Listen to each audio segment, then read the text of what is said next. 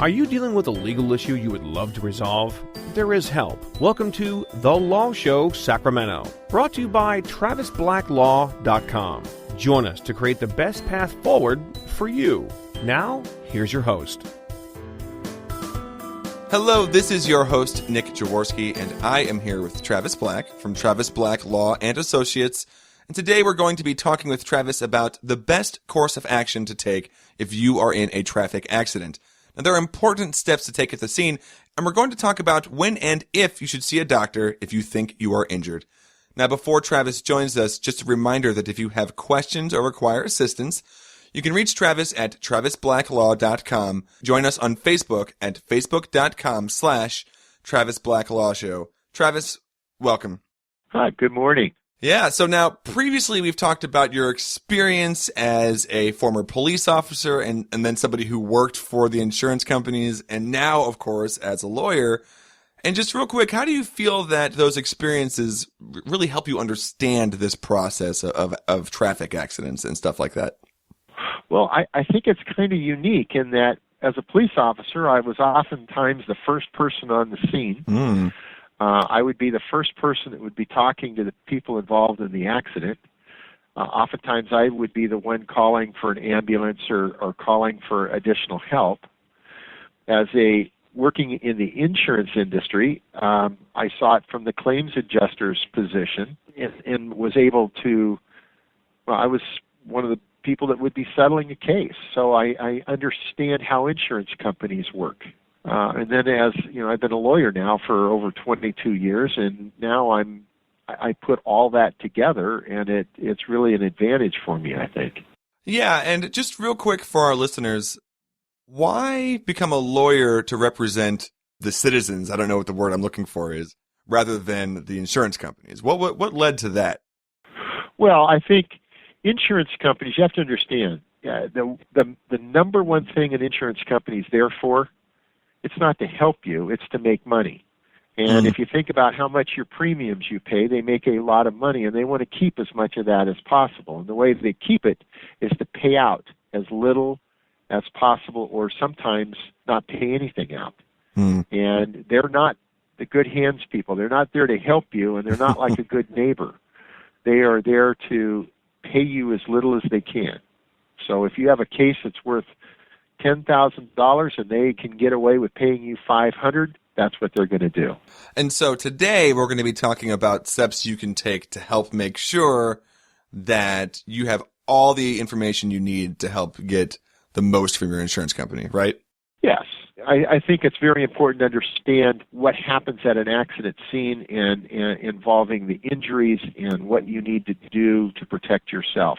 Well, that's great. And now accidents are stressful, so it's actually really nice to know and sort of think about this ahead of time. Hopefully we're getting this information before we need it. And so I guess the great place to start would be, you know, what advice do you have for somebody who's at the scene of an accident? Well, the very first thing is, and I've covered it in other talks, is that you need to get to a safe place. But oftentimes at the scene of the accident, you know you're hurt.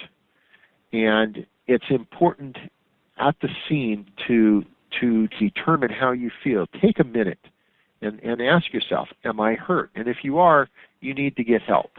Okay, well, so if you are hurt and you're at the scene of the accident, what should you do next?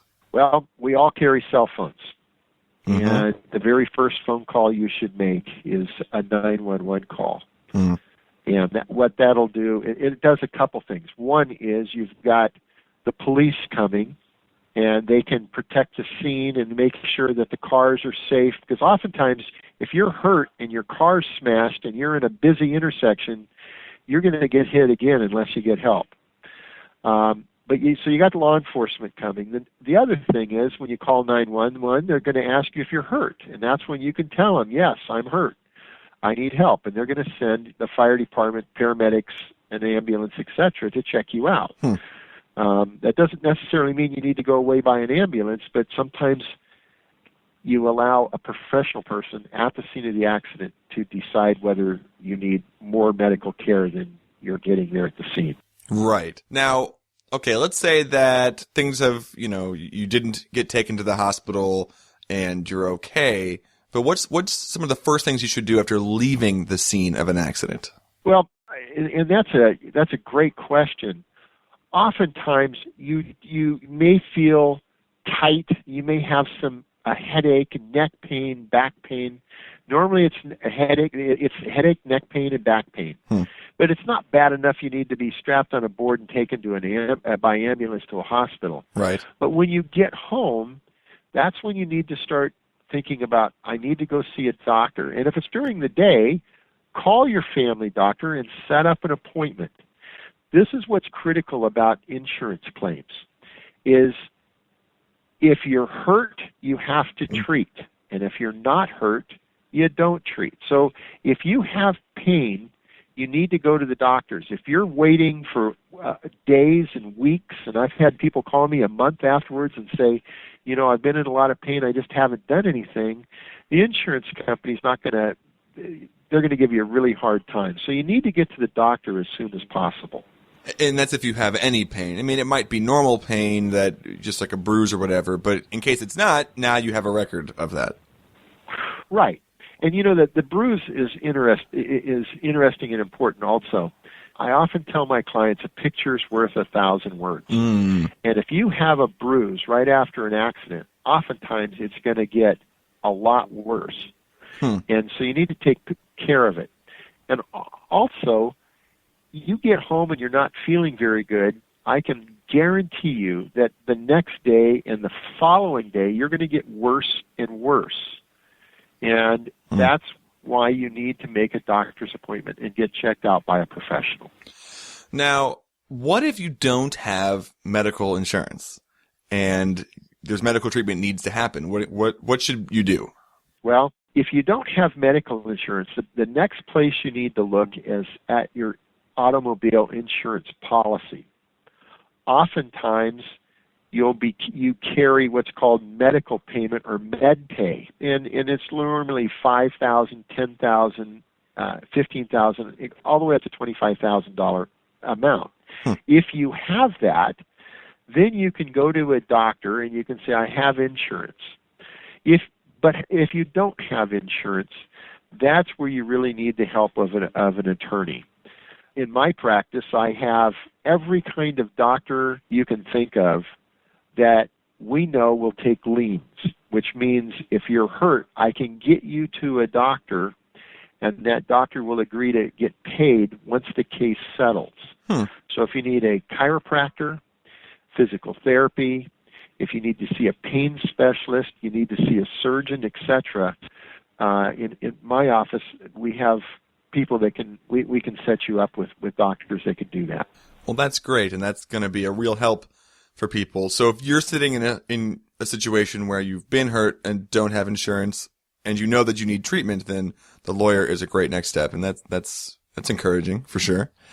And when you see this doctor, what are you going to tell him about what happened?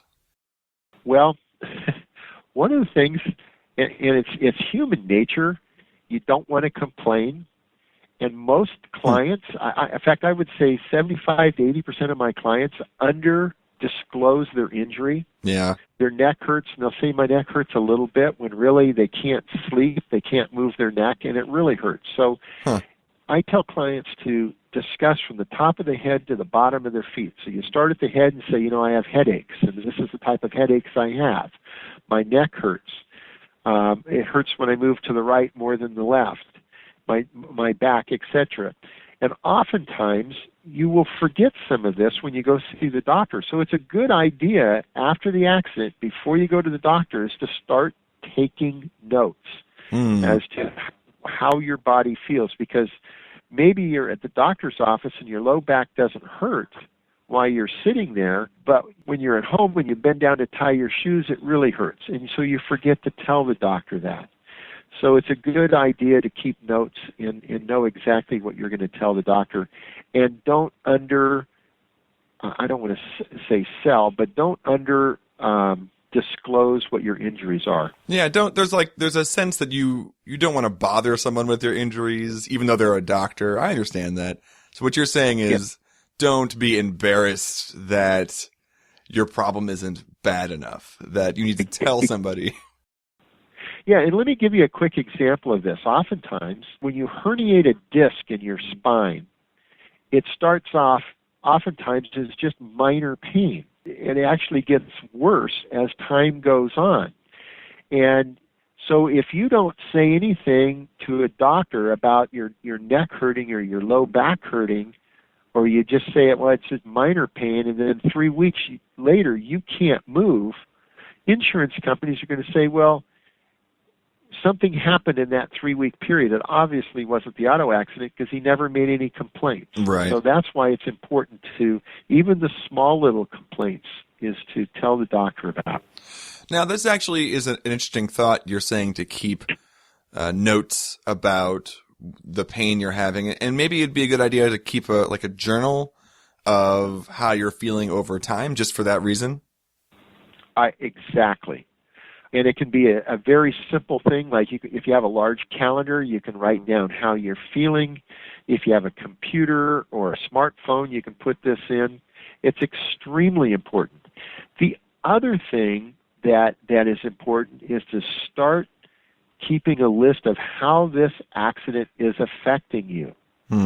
If you go to work and you sit in front of a computer screen all day, and now you can't, you're constantly getting up and moving around, put that down in the journal. You can't do the dishes. You can't do whatever. And in fact, I always recommend that the client write down 5 words.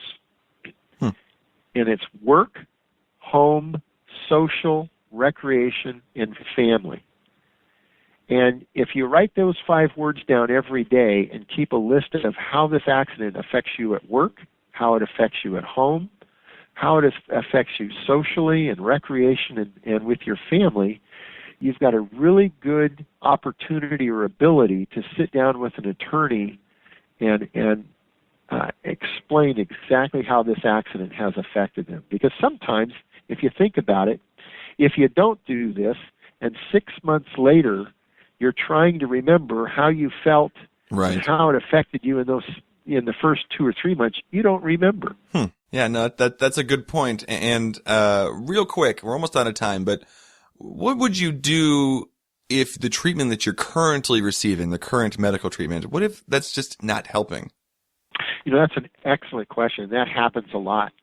You go to the family doctor and he's giving you pain medication and he's referring out to physical therapy and it's just not helping. If you have an attorney, this is where the attorney can help, because the attorney is listening to this. In my office, we call our clients twice a month, and we discuss how are you doing? Are you staying the same, getting better, or getting worse? And if you're staying the same or you're getting worse, then it's time for us to start talking about, let's get you to a pain doctor. Let's get you to a physical therapist. Maybe you need to go see a surgeon, get MRIs. Oftentimes your family doctor isn't thinking of that. He only sees you, once every few weeks. So it's extremely important to have an attorney and be discussing with that attorney your condition, because your whole case evolves around your medical treatment and your injuries. Well, that's great advice. We want to make sure that we continue to try to solve the problems that we have, so that when we're confronted with having to explain what the problem is, we've been proactive, and also we want to just feel better. I mean, that's the key step. Okay, well, I can see that we're out of time, and of course, if you know someone who could benefit from what we have talked about here today, go ahead and share this podcast with them. I'm sure that they'll thank you for it. Of course, you can follow Travis on Twitter at Travis Black Law. That's at Travis Black Law. You can also join him at his website. That's www.travisblacklaw.com. And of course, you can actually send him a message through the website and somebody will get back to you quickly. Also, the phone number is 916-962-2896. 916-962-2896. And lastly, on Facebook, lots of ways to get in touch with him. On Facebook at facebook.com/Travis Black Law Show. Travis, as always, thanks so much. Well, thank you for inviting me.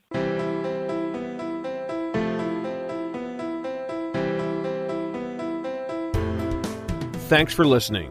to learn more about The Law Show Sacramento. And to get access to more great podcasts, visit TravisBlackLaw.com. That's www.TravisBlackLaw.com.